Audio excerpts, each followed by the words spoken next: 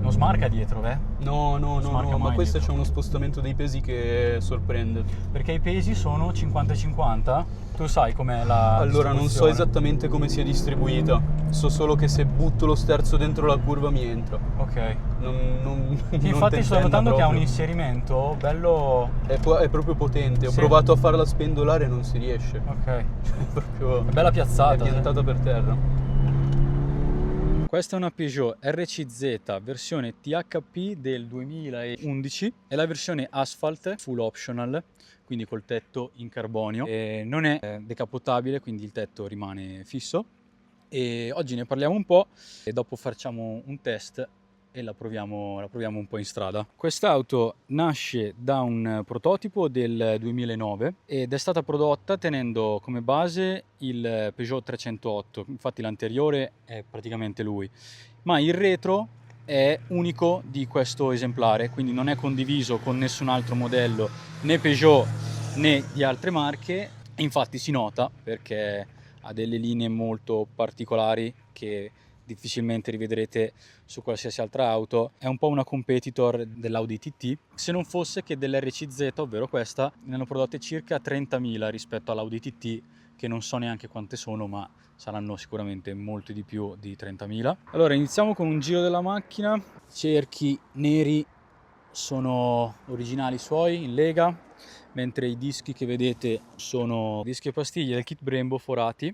Vedete, la forma è molto interessante, di sicuro è una macchina che ti giri a guardare e non passi inosservata. Si possono vedere delle cose particolari, questa bombatura al parafango posteriore molto pronunciata.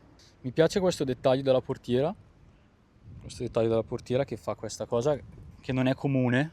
Sono delle scelte di design abbastanza uniche. Il frontale è bello piazzato, ricorda molto la 207. In questi anni Peugeot teneva una linea molto simile per tutte le sue macchine, per tutti i suoi frontali. Il proprietario, come vedete, ama il colore verde. Posteriormente si nota come ha questo doppia bombatura sul tetto, non so se riuscite a notare, che ricorda un po'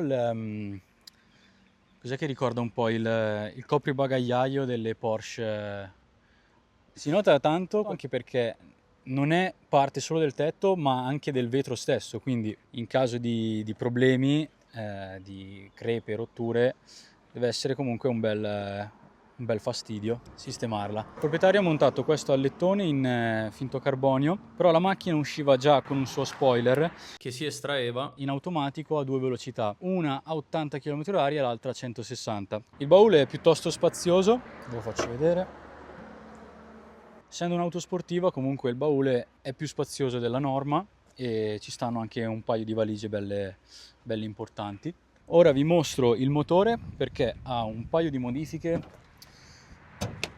Quindi il motore, come dicevo, è la versione THP che usciva con 200 cavalli, è un 1.600 turbo benzina. La macchina monta un downpipe e mi diceva il proprietario, dato che ha avuto dei problemi col motore, soprattutto per quanto riguarda i pistoni e le fasce che erano molto usurate già a 130.000 km, quindi ha dovuto sostituire i pistoni e ha inserito dei pistoni della Male che mi diceva che sono i pistoni montati di serie sulla versione R, e questi motori erano un po' soggetti ad avere dei problemi di usura, di consumo olio, perché il motore in sé è buono, però le tolleranze non erano studiate benissimo.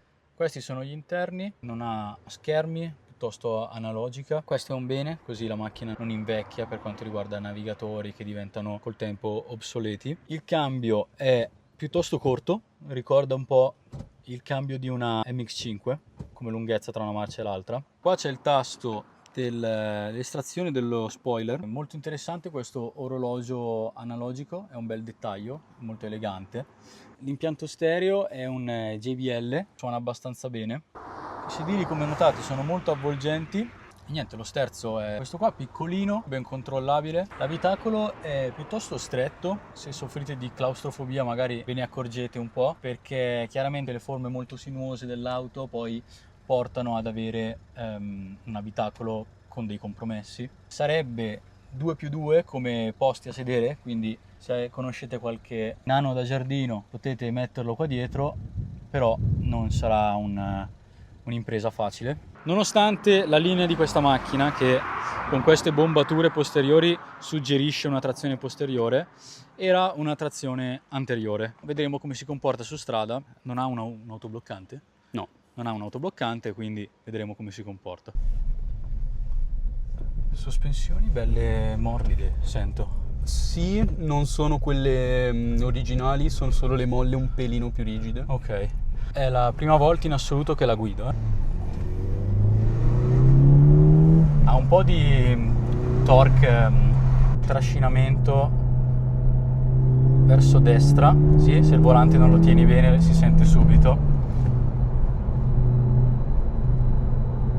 Ok, sensazione. Ha proprio la sensazione Peugeot. Io di Peugeot ne ho guidate altre ed è molto comunicativa. Il volante acquista peso subito.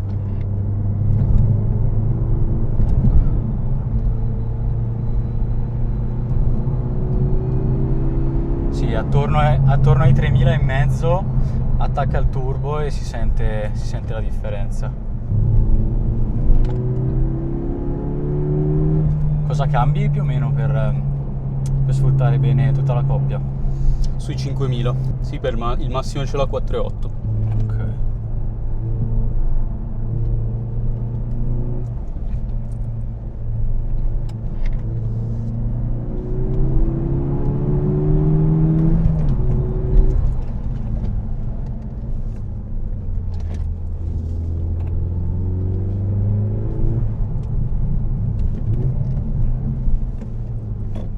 Pedaliera molto comoda.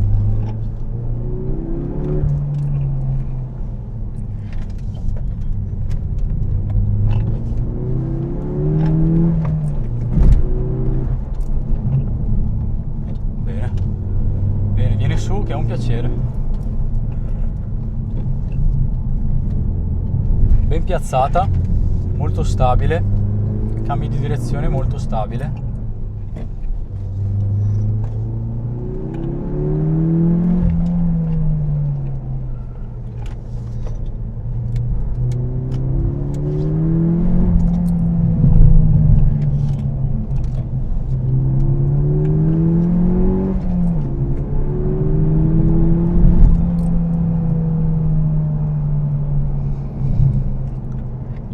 Il motore, l'unica cosa che gli manca è un po' di rumore, un po' di nota. Sicuramente con uno scarico diretto avrebbe un buon suono.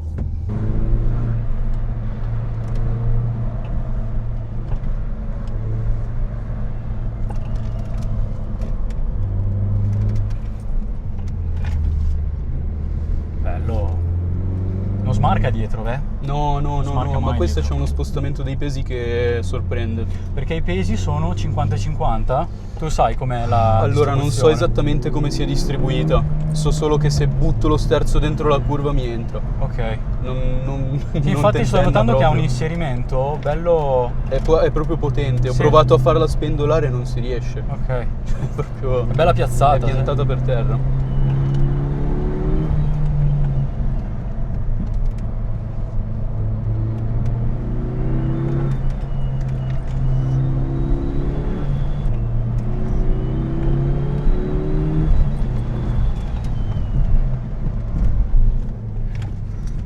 Gli inserimenti delle marce, tipo tra terza e seconda, sono veramente vicinissimi. Sì.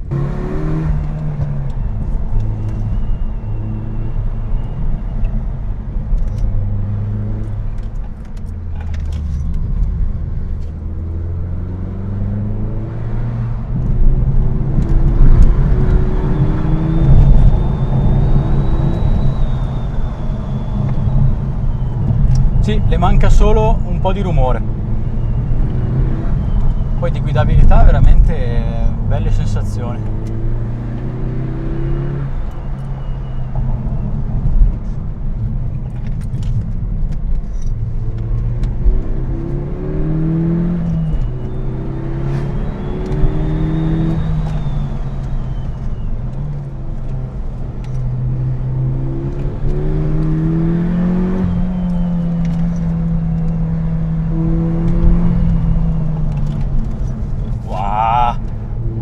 Ragazzi, è incollata all'asfalto.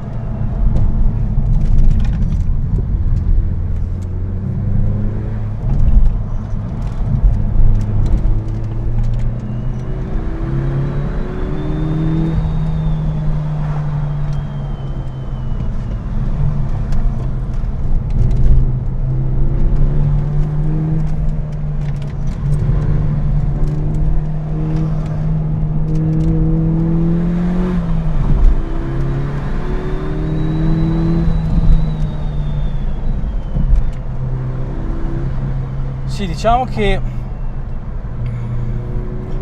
è fin troppo piazzata, nel senso che per sfruttarla bene, per divertirti bene, devi maltrattarla in un modo che non è fattibile in strada, dove devi prestare comunque un po' di attenzione, un po' di prudenza per farla scodare, per scomporla. Ci vuoi talmente tanto che ti serve una pista.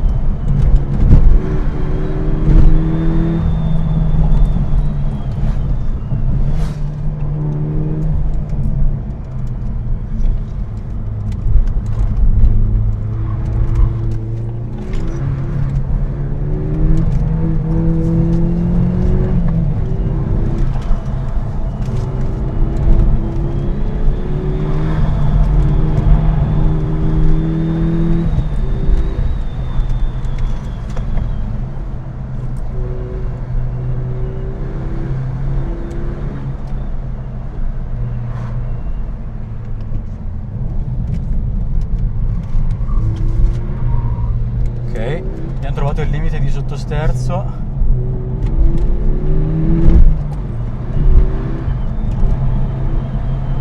Sì, sarebbe bello si scomponesse un pelino in entrata, così che riesce ad uscire più dritto.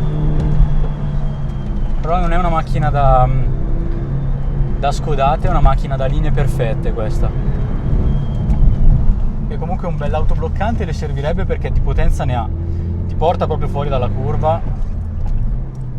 Quindi la potenza c'è, deve solo essere gestito un pelo meglio, ma è una modifica che comunque non è troppo difficile da fare. L'unico problema sono i costi, che ci sono.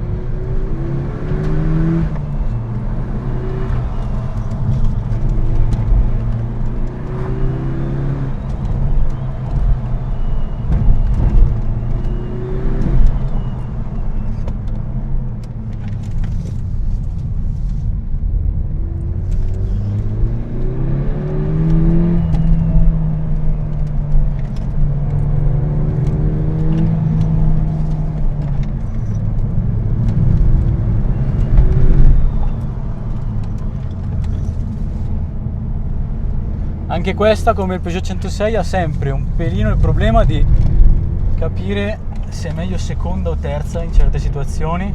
Tipo qua era meglio una seconda, però raggiungendo poi il limite del tachimetro abbastanza in fretta, perché 4.800-5.000 devi cambiare, non è facile trovare quel range in cui operare.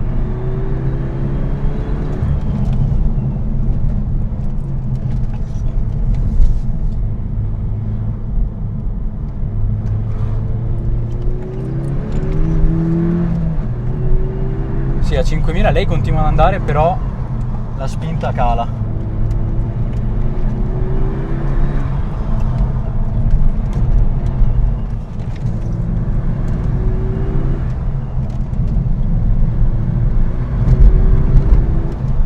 Considerazioni finali: auto molto bella da guidare, molto ben piazzata, difficilissima da scomporre, non si scompone. Il motore turbo le dà una bella spinta, veramente una bella spinta fuori dai tornanti. Il limite del sottosterzo lo si trova abbastanza facilmente, la macchina te lo comunica che non ha più grip, e a quel punto, aprendo di poco il volante, riesci subito a risentire le ruote davanti, quindi sai sempre bene cosa sta succedendo sotto le ruote. La sensazione è quella di solidità, sembra una macchina messa insieme bene, nulla scricchiola, nulla.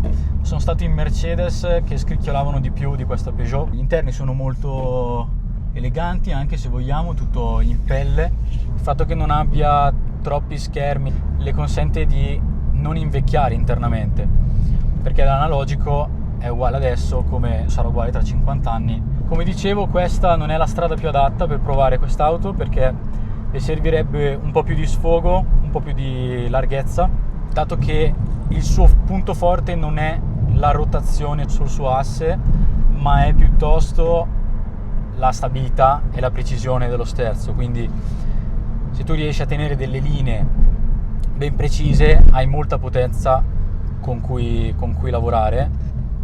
Il problema è che tutta quella potenza senza un autobloccante fuori dalle curve causa sottosterzo, ma in pista questo riesci ad ovviarlo un po' anche senza autobloccante, perché puoi mantenere una traiettoria che ti consente di uscire più dritto, mentre qui in strada chiaramente devi rimanere dentro la tua corsia, no?